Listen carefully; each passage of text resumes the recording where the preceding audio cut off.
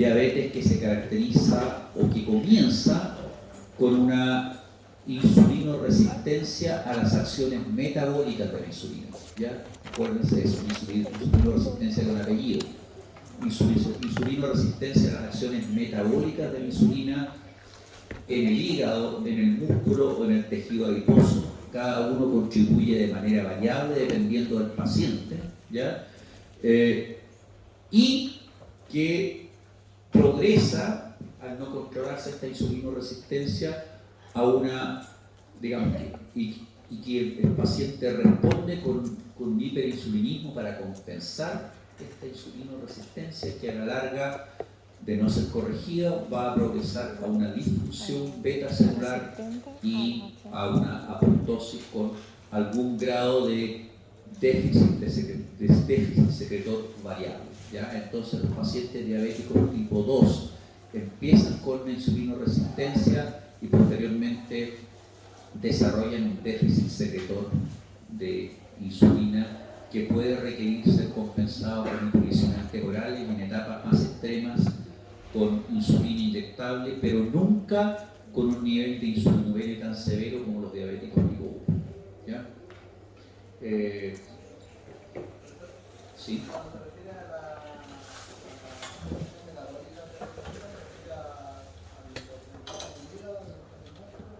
Y el tejido adiposo. Básicamente, cuando me refiero a insulinoresistencia metabólica, me refiero a la incapacidad de la insulina de inhibir de estimular adecuadamente la captación de glucosa muscular, a la incapacidad de suprimir la producción hepática de glucosa y a la incapacidad de suprimir la lipólisis. Básicamente, ¿ya?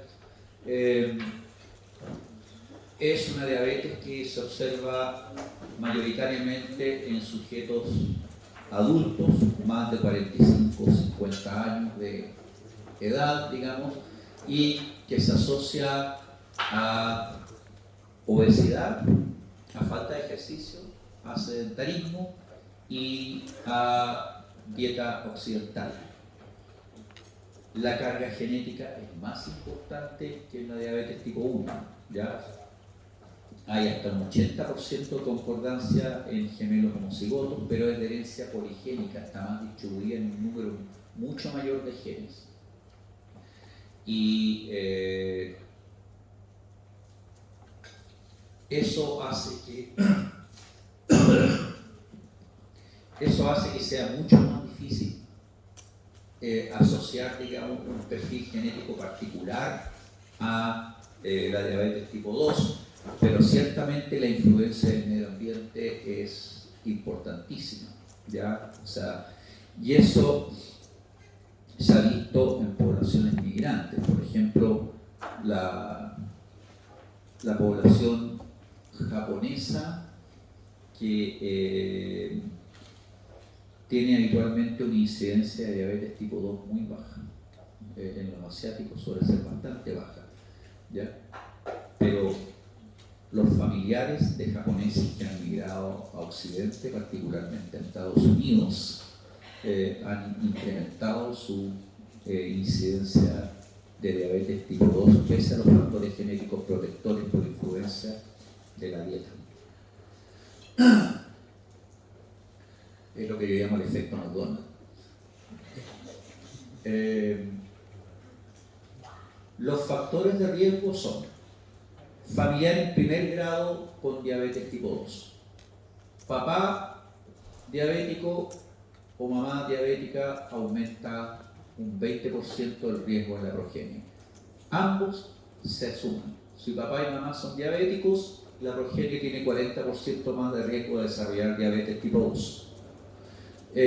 Segundo, haber tenido diabetes gestacional previamente. O sea, las mujeres con diabetes gestacional, ya que es la diabetes que se desarrolla durante el embarazo por primera vez, ¿ya? Tienen un riesgo alto de desarrollar, primero, nuevamente diabetes gestacional en el nuevo embarazo, y segundo, tienen mayor riesgo de desarrollar diabetes tipo 2 más adelante, después digamos, del parto. ¿Ya? Tercero, tener síndrome de ovario poliquístico. ¿Ya? El síndrome de ovario poliquístico o hiperandrogenismo anovulatorio, que es el nombre clínico, es la principal causa de amenorreas secundarias en Chile y en el mundo. ¿Ya? Y en general las mujeres que tienen síndrome de ovario poliquístico son insulinoresistentes. ¿Ya? Y el tratamiento no es solo anticonceptivos orales para regular el ciclo, sino que es metformina para tratar la insulinoresistencia. Haber tenido bajo peso al nacer o haber sufrido restricción de crecimiento intrauterino. También los niños con historia clínica de RCIU o bajo peso al nacer en la vida adulta tienen mayor incidencia de desarrollo de diabetes tipo 2. Ojo, mayor incidencia no significa que vaya a ocurrir, sino que es una asociación estadística. ¿Okay? Paradojalmente, el peso excesivo al nacer o la macrosomia también es un factor de riesgo.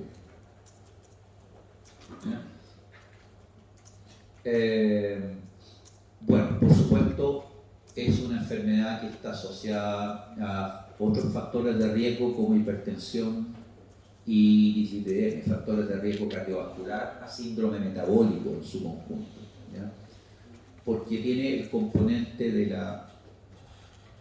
la insulinoresistencia, que contribuye a un factor de riesgo cardiovascular, y de la hiperglicemia mal controlada a largo plazo, que también contribuye. Se asocia habitualmente a adiposidad central, adiposidad androide, digamos, esta obesidad en que los sujetos tienen forma de pera, ¿ya?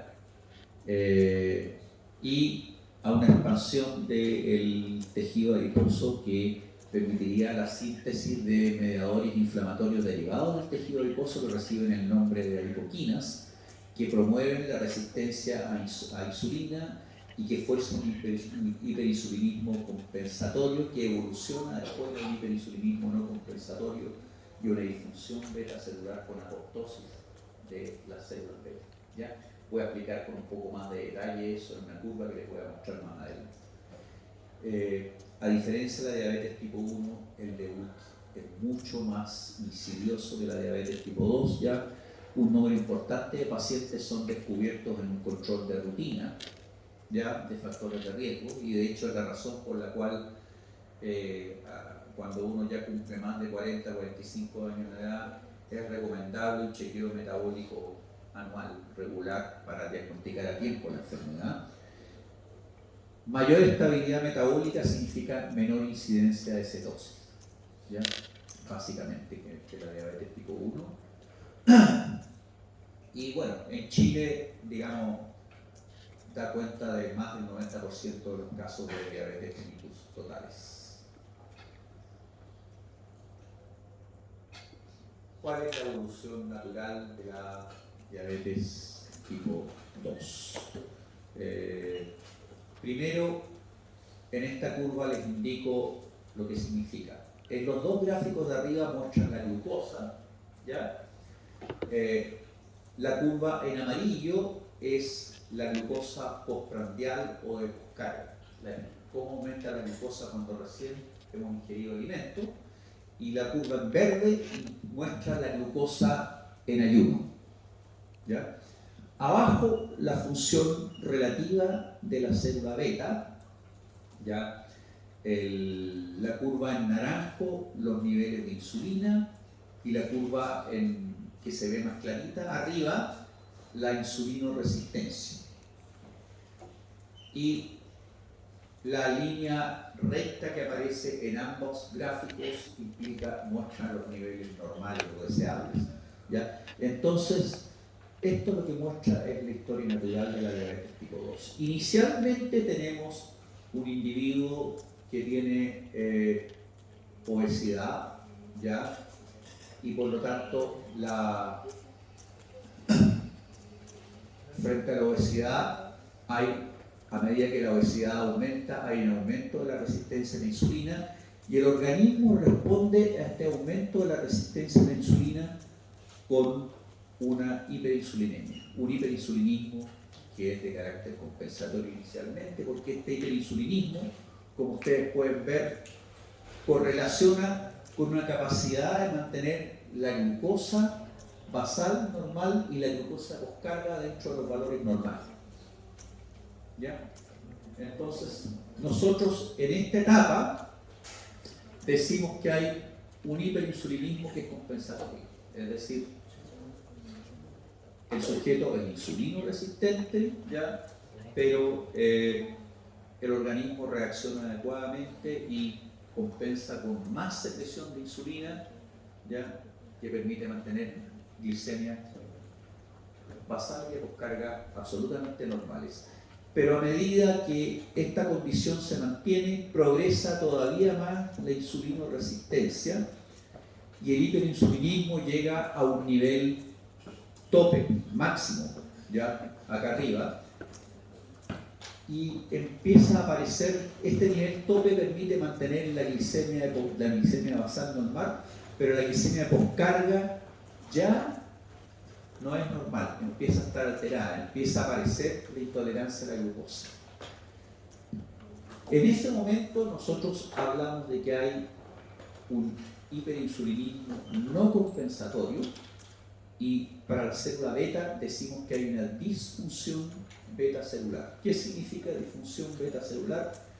Incapacidad de la célula beta de ajustar su velocidad de secreción de insulina a los requerimientos periféricos.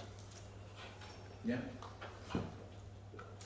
Cuando esta condición se mantiene, ¿no es cierto?, con una célula beta trabajando al máximo de su capacidad, se produce, ¿no es cierto?, posteriormente empieza a producirse una falla de la célula beta y el hiperinsulinismo no compensatorio se agrava porque además empieza a aparecer una hiperglicemia de ayuno, ¿no es cierto?, con diabetes abierta, y eso habitualmente se correlaciona con una apoptosis de la célula beta, es decir, la célula beta ha trabajado tanto que se produce un mecanismo de muerte celular.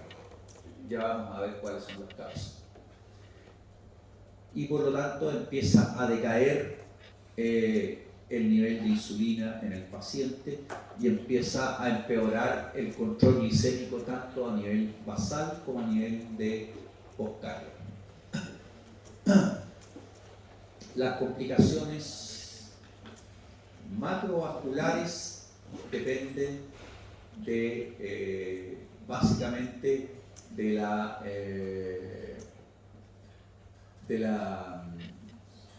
insulinoresistencia, en tanto que las microvasculares dependen de la hiperglicemia y se empeoran con la insulinoresistencia. Detalle importante que lo menciono arriba: ¿por qué no hay cetogénesis en estos pacientes?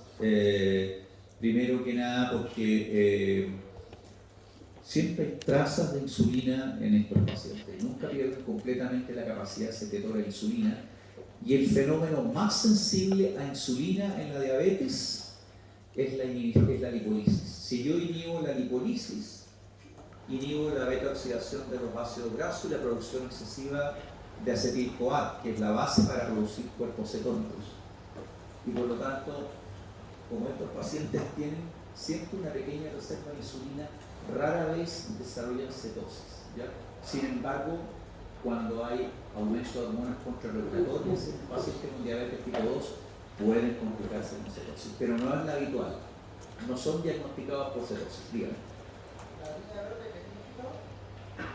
La verde que está arriba, la que dice fasting glucose, es la glucosa en ayuno o basal.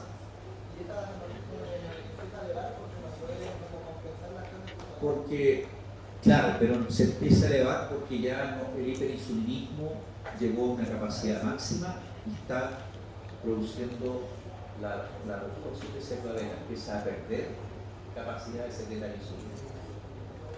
No puedes contrarrestar, ¿ya? Por eso es un hiperinsulinismo no compensatorio. Y después se evoluciona desde entonces a un hiperinsulinismo.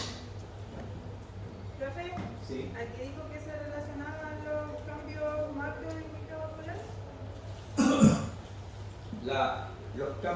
Los cambios macrovasculares dependen de la hiperglicemia severa y de la insulinoresistencia. Y los microvasculares básicamente de la hiperglicemia severa. Ya lo vamos a ver al final, vamos a tener una clase de complicaciones agudas y crónicas, ¿ya? Un módulo de eso.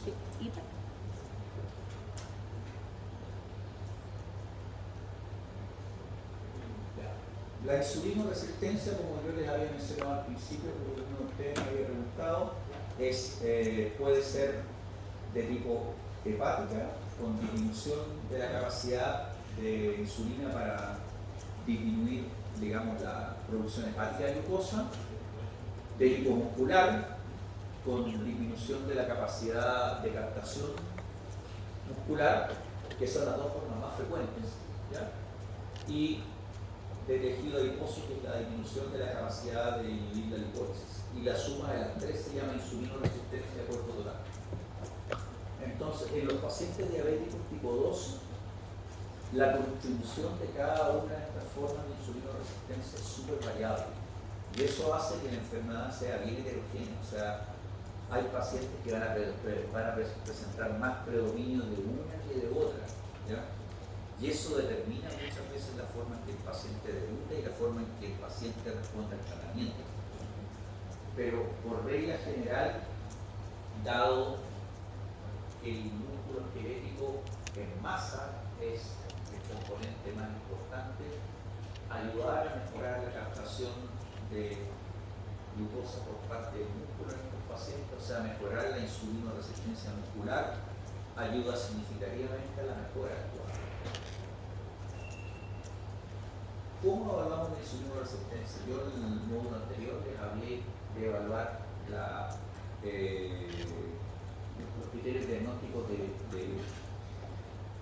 de diabetes, pero aquí estamos hablando de insulinoresistencia. Un número importante de pacientes, y esa es la gracia de la diabetes tipo 2, pueden ser detectados en la etapa de insulinoresistencia antes de ser diabéticos.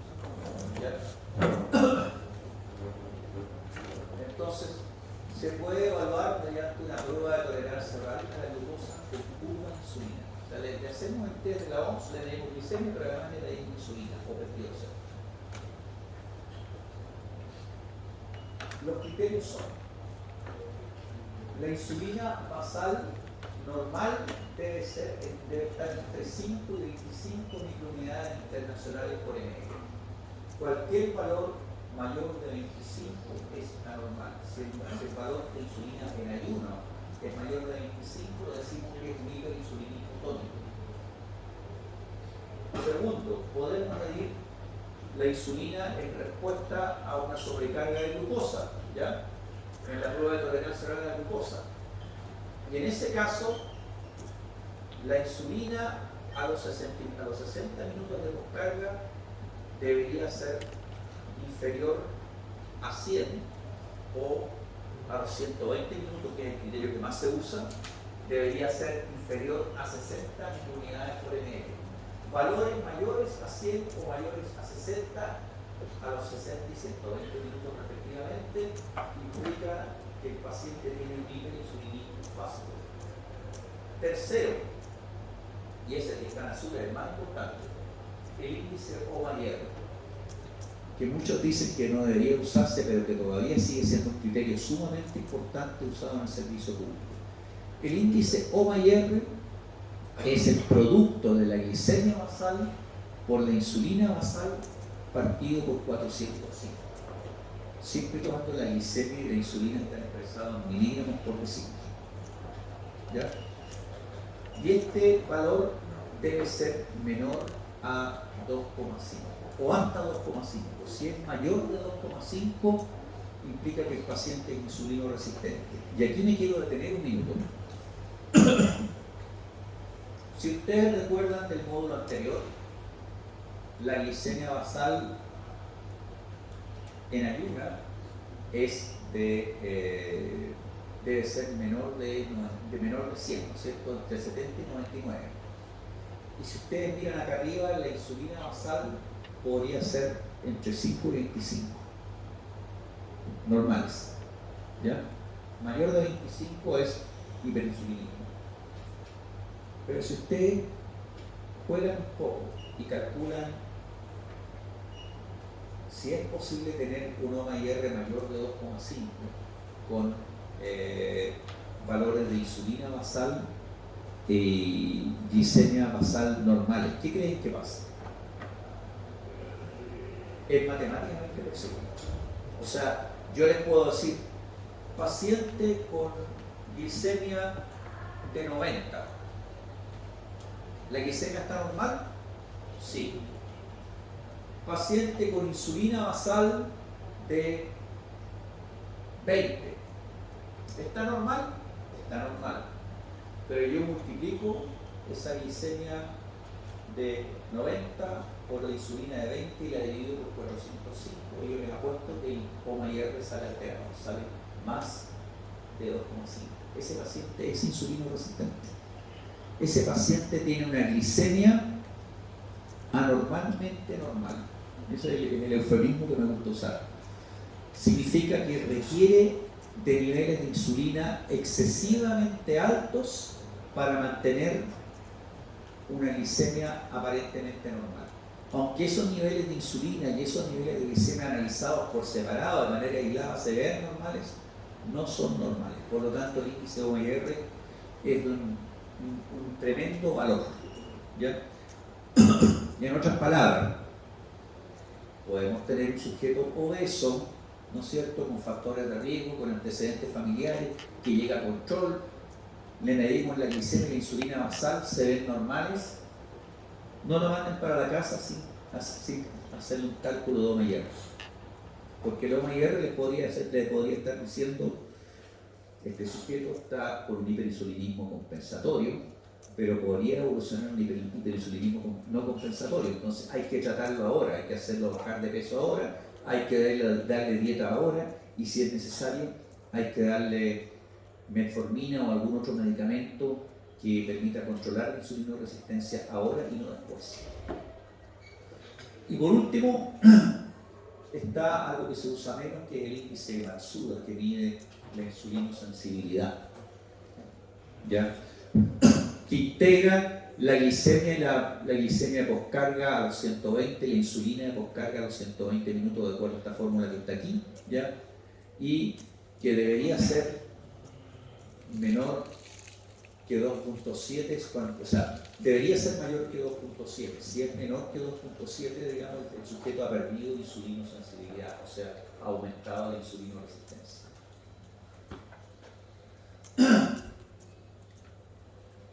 Bueno, la insulinoresistencia es algo,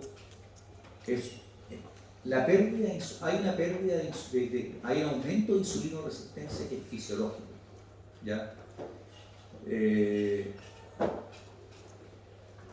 Y otro que no, ¿ya? O sea, se ha demostrado que los sujetos obesos y los sujetos que son inactivos físicamente, sedentarios, suelen ser más insulinoresistentes que los más delgados y con un modo de vida más activo.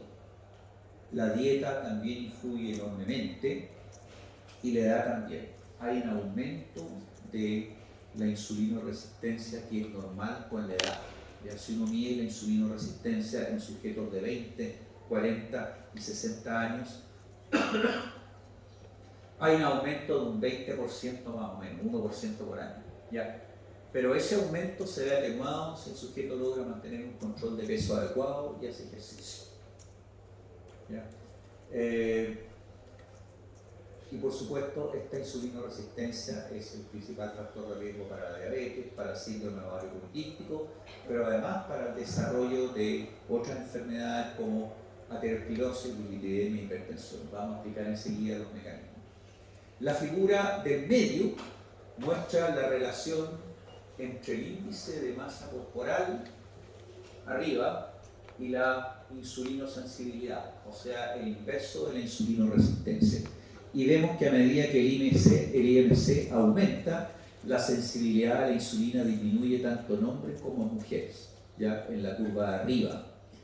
Y en la curva de abajo vemos de qué manera la insulinosensibilidad disminuye con el aumento de la grasa intraabdominal, de una obesidad abdominal. Nosotros tenemos un tejido graso subcutáneo y un tejido graso abdominal. El tejido graso subcutáneo o de grasa magra es fisiológico, ¿ya?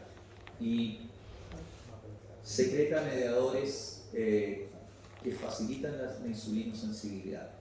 En cambio, el tejido graso abdominal favorece el desarrollo de un tipo de adipocito que favorece la secreción de mediadores que dificultan la insulinosensibilidad o aumentan la insulinoresistencia. La curva de más a la izquierda muestra un experimento que es muy gráfico y que se hizo hace muchos años atrás en sujetos que eran obesos pero que no tenían diagnóstico de diabetes, contra sujetos no obesos sin diagnóstico de diabetes, en ambos casos, ¿ya? Arriba muestra la glicemia, ¿ya? Los sujetos obesos y no obesos mostraban control glicémico normal, ¿ya? Se les administraba glucosa y se veía como la glicemia aumentaba después de la administración de glucosa, llegando a un pic máximo similar en ambos grupos experimentales.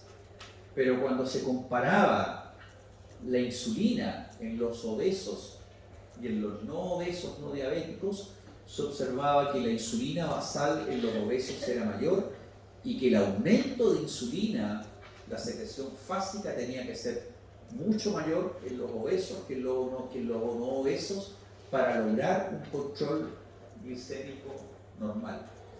Y que cuando esto se repetía varias veces en el día, al final el sujeto obeso tardaba más en bajar la glicemia que el no obeso. En resumidas cuentas, esta es una muestra del hiperinsulinismo al que tiene que recurrir un individuo obeso y de cómo los obesos suelen ser insulinoresistentes.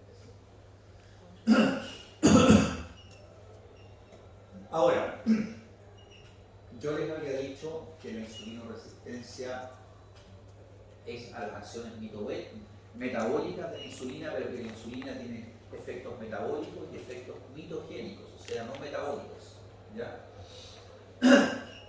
Y que ambas vías de señalización son distintas. Los efectos metabólicos son a través de IRS1, mientras que los efectos mitogénicos son a través de la vía de MAP quinasa y a través de la vía del IGF-1.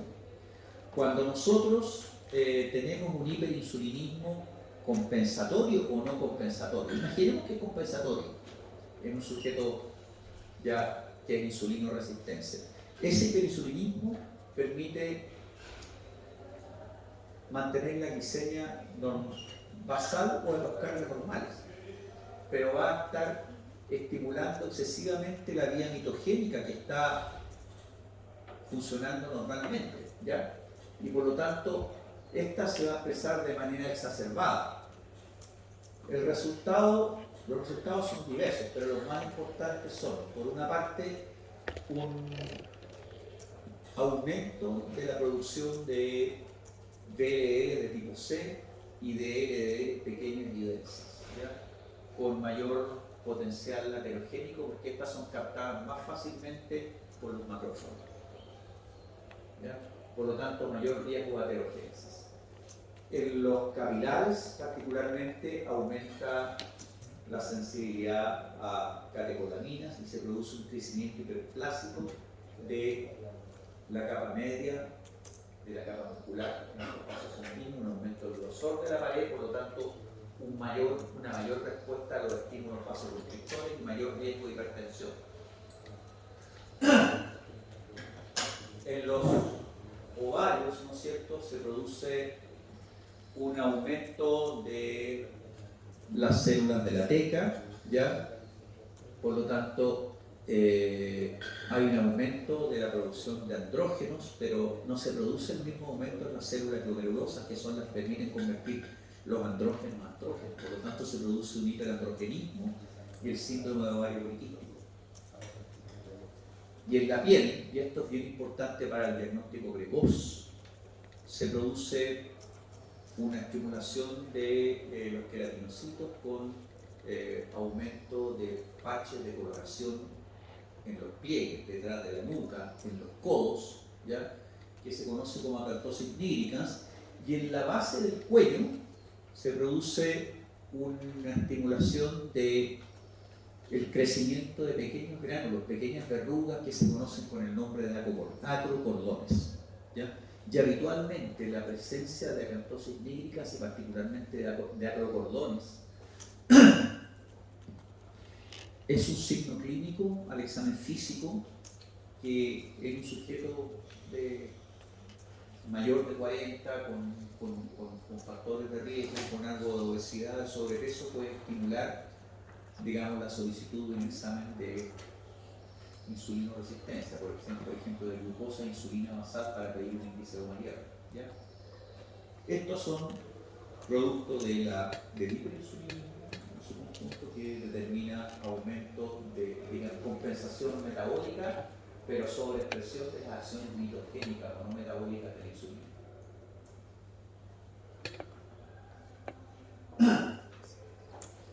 Bueno, yo les había dicho que hay un tejido graso visceral y un tejido graso subcutáneo que tenían un comportamiento distinto. El tejido adiposo por sí solo se considera una especie de órgano endocrino aparte, capaz de secretar un montón de sustancias que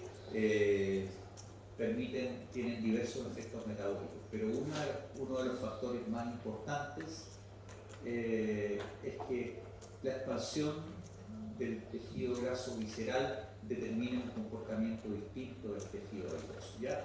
El tejido graso subcutáneo o fisiológico permite la secreción de una serie de mediadores como la adiponectina, la bifadina y la aumentina, y en alguna medida la leptina, que determinan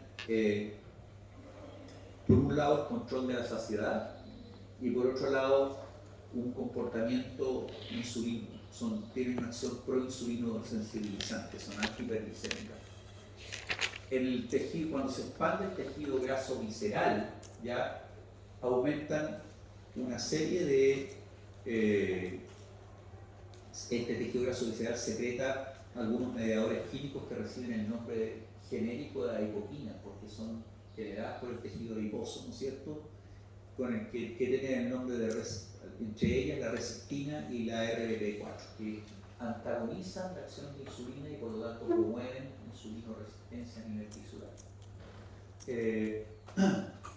Habitualmente el aumento de la obesidad, ¿no es cierto?, primero produce un aumento de síntesis de adipoquina y RBP4, pero además de eso produce un aumento de resistencia a la leptina y por lo tanto un aumento de leptina tratando de compensar ese aumento de resistencia a la leptina. Pero un aumento de la resistencia a la leptina implica una disminución del control de la saciedad.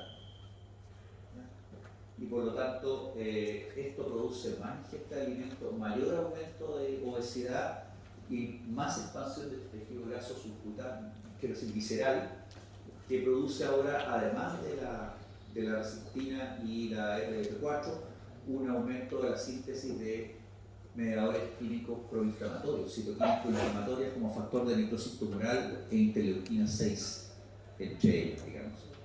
Y esto aumenta más todavía la resistencia a la insulina. Esto es una imagen que es la continuación de la misma historia, ¿no es cierto? Muestra a la izquierda el tejido adiposo magro o subcutáneo y a la derecha el tejido graso, que es el tejido adiposo de un sujeto obeso, digamos, ya de tipo abdominal. Y lo que muestra es que el tejido graso magro tiene un predominio de un componente de linfocitos T de tipo 2, reguladores, digamos, con eosinófilos y macrófagos tipo 2 que secretan citoquinas antiinflamatorias, pero que cuando evoluciona a tejido graso subcutáneo, este tiene un predominio de infiltración de tejido de macrófagos de tipo F1, digamos, M1, con capacidad de secretar citoquinas proinflamatorias. ¿De qué manera este nuevo ambiente determina insulinoresistencia? Habitualmente las citoquinas proinflamatorias como el factor de necrosis tumoral y las adipoquinas estimulan quinasas de estrés, ¿ya? Fundamentalmente quinasas del tipo Janus y quinasas del tipo IKK, que fosforilan el receptor de insulina en sitios alternativos. Recuerden que para funcionar fisiológicamente el receptor de insulina tiene que ser fosforilado en tirosina. Estas quinasas lo fosforilan en serina, y al estar fosforilado en serina se pierden los efectos metabólicos de insulina, ¿ya?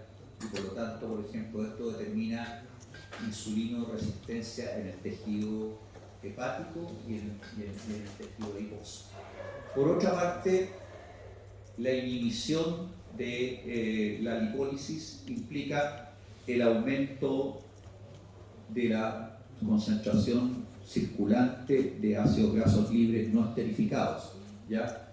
Que están mostrados en la diapo de la derecha como NEFA, ¿ya? Del acrónimo en inglés Non-Esterified Fatty Acids.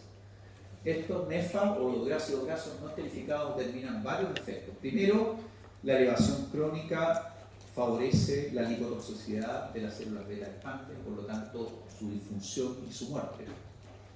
Segundo, favorece un aumento de diacilglicerol y por lo tanto una estimulación de la PKC en el hepatocito y en el músculo esquelético, ya disminuyendo la captación de glucosa y disminuyendo la capacidad, digamos, de inhibir la gluconeogénesis por parte de insulina, ¿ya? Hay aparición de hiperinsulinismo e insulinoresistencia. Y en el tejido adiposo propiamente tal, la misma circulación de ácidos grasos disminuye la capacidad de captación de glucosa por parte del tejido adiposo. ¿Sí?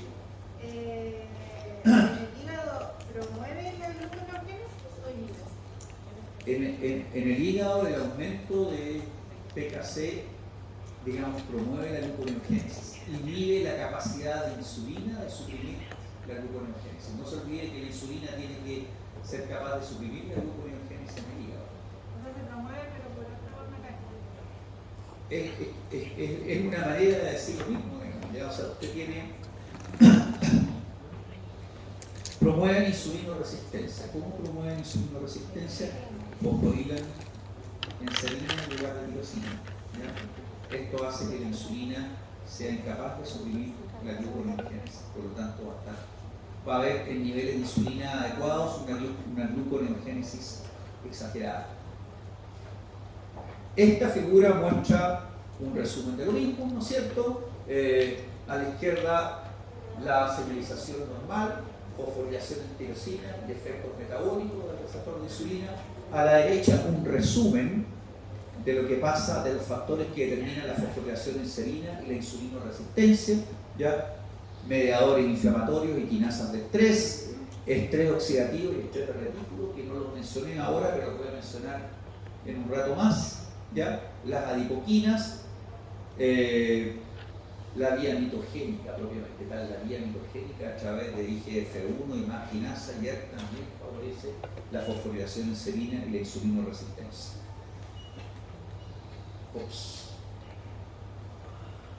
¿Cómo se produce la muerte de la célula beta y la disfunción? ¿Ya? La célula beta, para reaccionar a la insulinoresistencia, tiene que aumentar la síntesis de insulina, tiene que reaccionar con un hiperinsulinismo. El hiperinsulinismo acarrea varias consecuencias. La primera es un estrés de retículo, es decir, llega un momento dado que la célula beta está trabajando a máxima velocidad y empieza a producir insulina mal plegada, mal sintetizada. La insulina mal plegada provoca un estrés de retículo y este estrés de retículo provoca la activación de vías apoptóticas en la célula beta y por lo tanto pérdida de células beta. Segundo, sobrecarga metabólica. La célula beta no tiene una vía de las pentosas muy desarrollada, por lo tanto no tiene la capacidad de generar grandes cantidades de glutatión reducido como protector contra el estrés oxidativo. Por lo tanto, cuando hay un trabajo excesivo, se produce una sobrecarga metabólica, aumento de estrés oxidativo y también destrucción de células beta. Tercero, la disfunción beta celular y la incapacidad de producir, adaptarse adecuadamente, digamos, a los requerimientos periféricos va a producir, pese al aumento de insulina, un aumento de glucosa y de líquido circulante, ácidos grasos libres. Esto va a generar un fenómeno de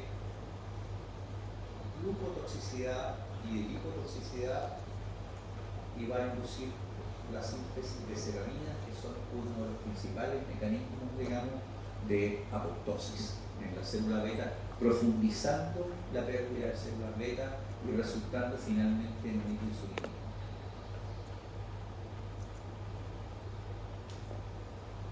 ¿Cuáles son las fases que se alteran en la diabetes tipo 2? ¿Ya? Recuerden que la insulina tiene una secreción bifásica, un pic rápido, ¿no es cierto?, mostrado en línea punteada, y un pic lento, mostrado también un poco después, ¿ya? Lo primero que suele perderse con mucha frecuencia es el primer pic de secreción, ¿ya? El primer pic de secreción, cuando ya empieza a fallar la secreción de insulina, suele perderse, y al perderse, primero perdemos gránulos de mejor calidad, porque el primer pic de secreción, acuérdense que secreta insulina madura, por lo tanto perdemos gránulos ricos en insulina 100% procesada y efectiva, ¿ya? Por lo tanto perdemos disminuye la relación insulina-preinsulina, porque estamos dependiendo mucho del segundo pic que trae gránulos inmaduros. Y tercero, se pierde en parte la síntesis de incretinas, porque hay una alteración paralela de la secreción de las células K y L del intestino. Por lo tanto, habitualmente las incretinas se suelen cosintetizar con el primer pic de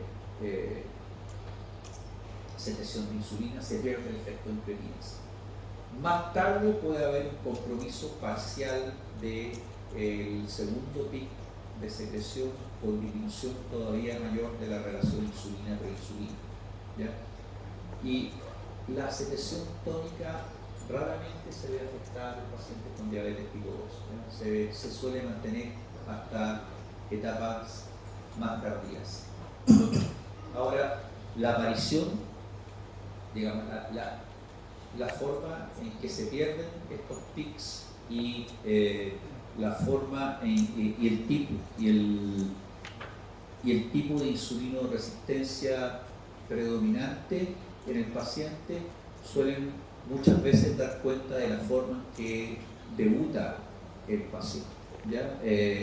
Habitualmente un paciente que debuta con intolerancia a la glucosa suele haber perdido el primer pic con un predominio de insulinoresistencia hepática, ¿ya?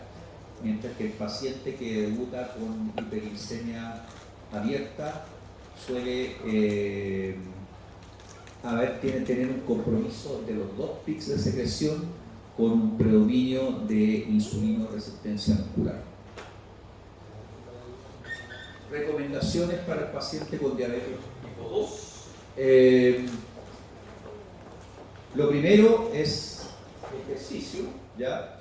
O sea, habitualmente el ejercicio produce un consumo, pero tiene dos efectos benéficos. Uno, aumenta la masa muscular, ¿ya? Por lo tanto aumenta el compartimento capaz de ingresar glucosa, ¿no es cierto? Segundo, aumenta el consumo de ATP y por lo tanto disminuyen las concentraciones de ATP y aumentan las de ADP y AMP. Y el AMP estimula la AMP quinasa, que es una enzima que favorece la fosforilación del transportador de glucosa GLUT4 en el músculo y por lo tanto su colocación en la membrana y aumenta la capacidad de captar glucosa muscular, ¿ya? Y mejora también y por otro lado la pérdida de peso, ¿ya? Disminuye la producción hepática de glucosa y el insulinismo de ayuno, ¿ya? En conjunto con eso, si eso no funciona como primera medida, se pueden dar hipoglicemiantes orales, fundamentalmente aquí el caballo de batalla es la metformina y los análogos insulinos. Algo que también se suele dar son los inhibidores de la DPP4, que es una enzima, que es la DPP4 es una proteasa, ya que está involucrada en la degradación de las angiotensina. Por lo tanto, se dan inhibidores de esta proteasa que degrada las angiotensina y por lo tanto prolonga la vida media de las angiotensina y eso también favorece una mejor secreción de insulina en estos pacientes. Estos pacientes solamente suelen ser insulino resilientes en fases más tardías. Vamos al último bloque de hoy.